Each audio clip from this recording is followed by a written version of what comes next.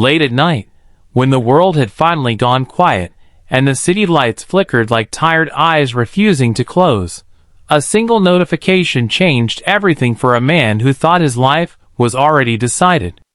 The phone vibrated on the small kitchen table beside a half-empty cup of cold tea, and in that moment, exhaustion, loneliness, and fear all collided inside one single father who had learned to survive without expecting miracles. What appeared on his screen was not just a message, not just an image, but the beginning of a truth he was never prepared to face. A truth that would slowly unravel his pain and stitch his broken heart back together in ways he never imagined. Before the story goes deeper, if you believe in kindness, second chances, and stories that remind us that life can still surprise us when we least expect it, take a moment to like this video, share it with someone who needs hope, leave a comment, and subscribe to the channel. Channel name. Your support helps keep these stories alive. He had not planned to check his phone again that night. His body ached from a long day of work, his hands still smelling faintly of engine oil and cheap soap from the public restroom, where he had washed up before rushing home.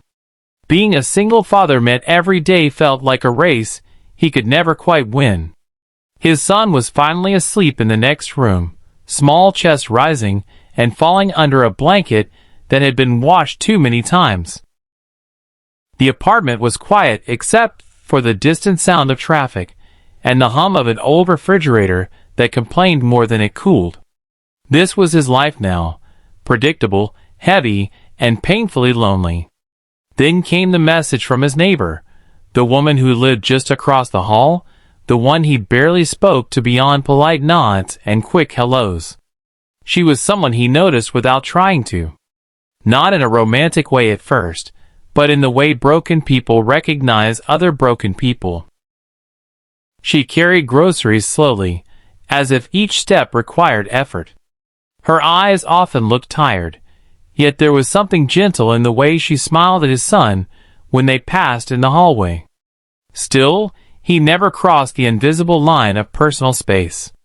His heart had been burned before, and now it lived behind thick walls built from responsibility and fear. That night, however, those walls trembled. The image he sent was private, deeply personal, and clearly set with hesitation. It wasn't provocative in the way the world often misunderstands intimacy. It was vulnerable. The message that followed wasn't flirtatious either. It was a quiet question, almost trembling through the screen, asking whether he thought it was beautiful. In that moment, his breath caught. Not because of desire, but because he sensed something far heavier beneath her words. It was the soundless cry of someone who had forgotten their own worth. He stared at the screen longer than he should have. His first instinct was to put the phone down, to retreat back into safety. But something stopped him. Maybe it was the memory of nights when he himself had wished someone would see him, truly see him, not as a failure, not as a burden, but as a human being still deserving of warmth. He realized this message wasn't really about the photo. It was about validation. About being seen. About asking the world, in the smallest possible way, whether one still mattered. His life had not always been this way. Years earlier, he had dreams that stretched far beyond the narrow walls of his apartment. He had once believed in forever, in promises spoken with certainty. But life had other plans. His partner had left when their child was barely old enough to remember her face.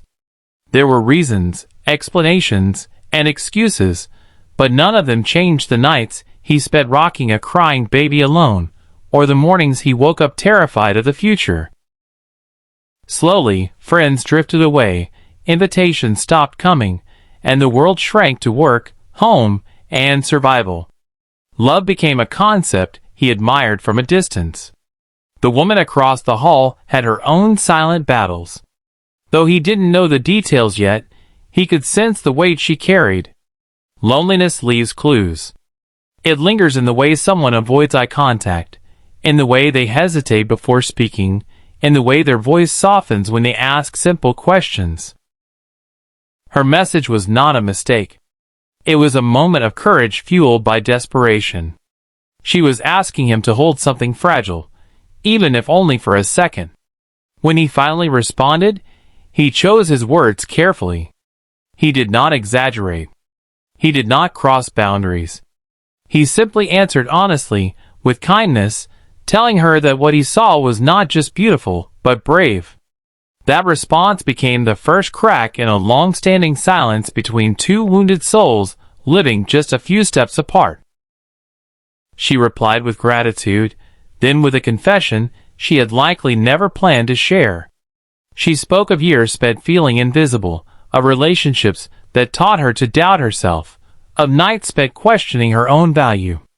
He read every word slowly, as if afraid that rushing might break something delicate.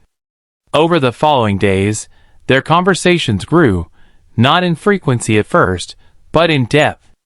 They spoke about small things, work, weather, routines. But beneath it all was a growing understanding. They were not trying to impress each other. There were no masks, no performances. Just two people tired of pretending they were fine. He found himself looking forward to those late-night messages after his son was asleep, not because they were exciting, but because they were real. For the first time in years, he felt less alone. Life did not suddenly become easy. He still struggled with bills, exhaustion, and the constant fear of failing his child. There were days when he questioned whether he had the emotional capacity to let someone in. Old wounds do not disappear simply because something new appears. They ache. They resist. And yet, slowly, something inside him began to change. He started noticing small details again.